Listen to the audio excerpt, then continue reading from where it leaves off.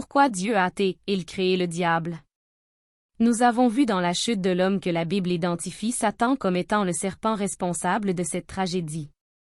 Cependant, cela soulève une question importante: pourquoi Dieu créa un « mauvais » ange, donc un adversaire, pour corrompre sa création, qui à l'origine était bonne? Lucifer, le plus beau des anges, le lumineux. La Bible rapporte que Dieu a en effet créé un esprit angélique, puissant, intelligent et beau, le chef de tous les anges, appelé Lucifer, ce qui veut dire « le lumineux ». La Bible dit qu'il était vraiment bon. Mais, Lucifer avait aussi une volonté, avec laquelle il pouvait choisir et prendre des décisions librement. Un passage dans Ésaïe 14 nous montre le choix auquel il fait face. Te voilà tombé du ciel.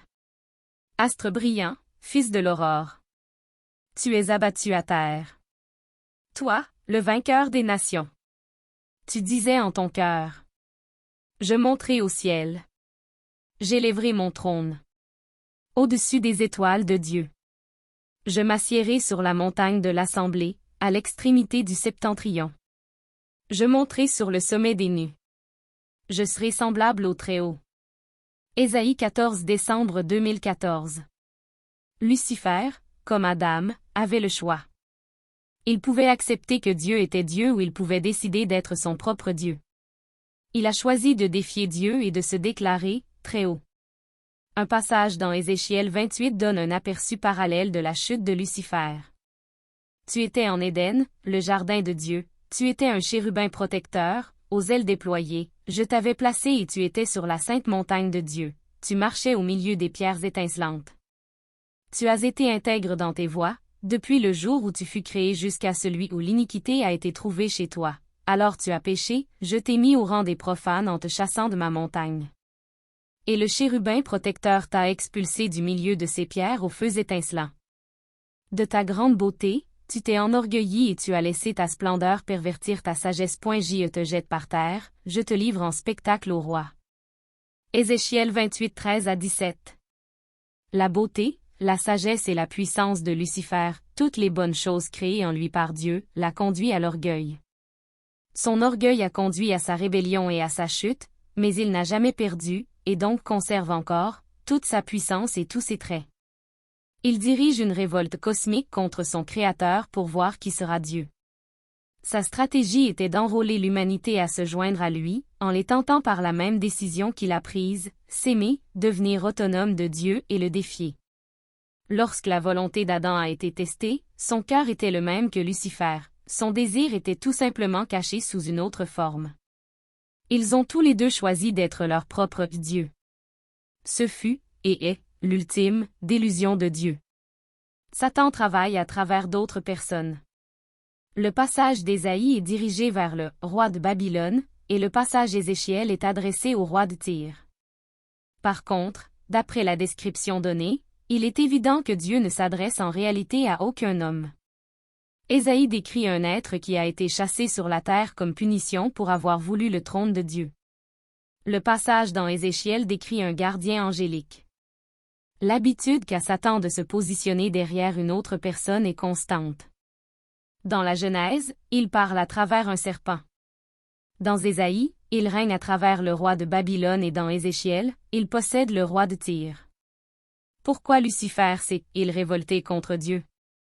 Pourquoi Lucifer voudrait défier la domination du Dieu qui est tout-puissant et omniscient? Un aspect de l'intelligence est de pouvoir reconnaître si, oui ou non, on a le potentiel de vaincre un adversaire. Lucifer avait peut-être, et a toujours, du pouvoir, mais même sa puissance est insuffisante pour se révolter contre son Créateur. Alors, pourquoi risquer tout ou rien pour quelque chose qu'il ne pouvait pas gagner? Je pense qu'un ange intelligent aurait reconnu son infériorité par rapport à Dieu et ne se serait pas révolté. Pourquoi ne l'a-t-il pas fait? Cette question m'a laissé perplexe pendant de nombreuses années. J'ai plus tard réalisé que Lucifer pouvait uniquement penser que Dieu était son créateur par la foi. Cela va de même pour nous. Laissez-moi m'expliquer. La Bible mentionne que la création des anges a eu lieu durant la première semaine de la création. Nous pouvons le constater dans Ésaïe 14 ci-dessus. Cela est constant dans la Bible. Par exemple, nous avons un passage qui mentionne la création dans Job. Alors, du sein de la tempête, l'Éternel répondit à Job. Où étais-tu quand je posais les fondations du monde? Déclare-le, puisque ta science est si profonde. Qui en a fixé les mesures, le sais-tu donc? Qui a tendu sur lui le cordeau d'arpenteur? Quand les étoiles du matin éclataient, unanimes, dans des chants d'allégresse, et que tous les anges de Dieu poussaient des cris de joie. Job 3:1-7. Visualisez la création de Lucifer, quelque part dans le cosmos, puis visualisez le moment où il devient conscient. L'unique chose dont il est conscient est qu'il existe et qu'il y a un autre être qui proclame l'avoir créé ainsi que l'univers. Comment Lucifer peut-il savoir que cette proclamation est vraie? Peut-être ce créateur présumé a surgi dans l'existence dans le cosmos juste avant que Lucifer ait surgi dans l'existence à son tour. Et parce que ce créateur est arrivé plus tôt, il était, peut-être, plus puissant et avait, peut-être, plus de connaissances que lui. Mais peut-être que non. Peut-être qu'ils sont arrivés tous les deux dans l'existence. Lucifer ne pouvait que croire la parole de Dieu, qui stipulait que Dieu l'avait créé et que seulement Dieu était éternel et infini.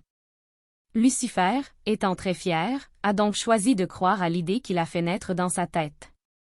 Vous devez sûrement penser que ce n'est qu'une fantaisie que Lucifer pouvait croire que lui est Dieu, et les autres anges ont simplement surgi dans l'univers. Mais, c'est plus ou moins la même idée qui est derrière la cosmologie moderne. Il y a eu une fluctuation cosmique à partir de rien et de cette fluctuation en est ressorti l'univers. C'est l'essence même de la cosmologie athée moderne. Fondamentalement, tout le monde, de Lucifer à Richard Dawkins et Stephen Hawking, de toi à moi, nous devons tous décider par la foi si l'univers est indépendant ou a été créé et soutenu par un créateur. En d'autres mots, voir est égal à ne pas croire. Lucifer aurait vu et conversé avec Dieu. Mais, il doit toujours accepter par la foi que Dieu l'a créé. Beaucoup de personnes me disent que si Dieu apparaissait devant eux, ils croiraient alors en lui. Par contre, à travers la Bible, beaucoup de gens ont vu et ont entendu Dieu. Ça n'a jamais été le problème. Le vrai problème était qu'il faudrait qu'ils acceptent et aient confiance en Dieu et sa parole. À partir d'Adam et d'Ève, de Caïn à Abel, de Noé, aux Égyptiens à la première Pâque, aux Israélites traversant la mer Rouge, tout au long jusqu'à ceux qui ont vu les miracles de Jésus. Pour toutes ces personnes, voir n'a jamais voulu dire croire. La chute de Lucifer est basée sur ça. Qu'est-ce que le diable fait dans notre monde? Alors, Dieu n'a jamais créé un mauvais ange. Il a créé un être angélique, puissant et intelligent qui, à cause de sa fierté, s'est retourné contre Dieu et par conséquence, a corrompu sa splendeur d'origine. Toi, moi et toute l'humanité faisons partie de la bataille entre Dieu et son adversaire, Satan. La stratégie de Lucifer ne consiste pas de se balader, vêtu de vêtements sinistres et noirs comme le « Chevalier noir » dans « Le Seigneur des Anneaux », en jetant des malédictions sur nous. Avec sa splendeur, il cherche plutôt à nous détourner de la rédemption que Dieu avait promis au début du temps à travers Abraham, par Moïse, puis accompli dans la mort et la résurrection de Jésus. Comme le dit la Bible. Cela n'a rien d'étonnant, Satan lui-même ne se déguise-t-il pas en ange de lumière. Il n'est donc pas surprenant que ses agents aussi se déguisent en serviteurs de ce qui est juste. Mais ils auront la fin que méritent leurs œuvres. 2 Corinthiens 11:14-15. Nous sommes plus facilement piégés, parce que Satan et ses serviteurs se masquent comme étant des « lumières ». C'est la raison pour laquelle comprendre l'Évangile est vital pour nous.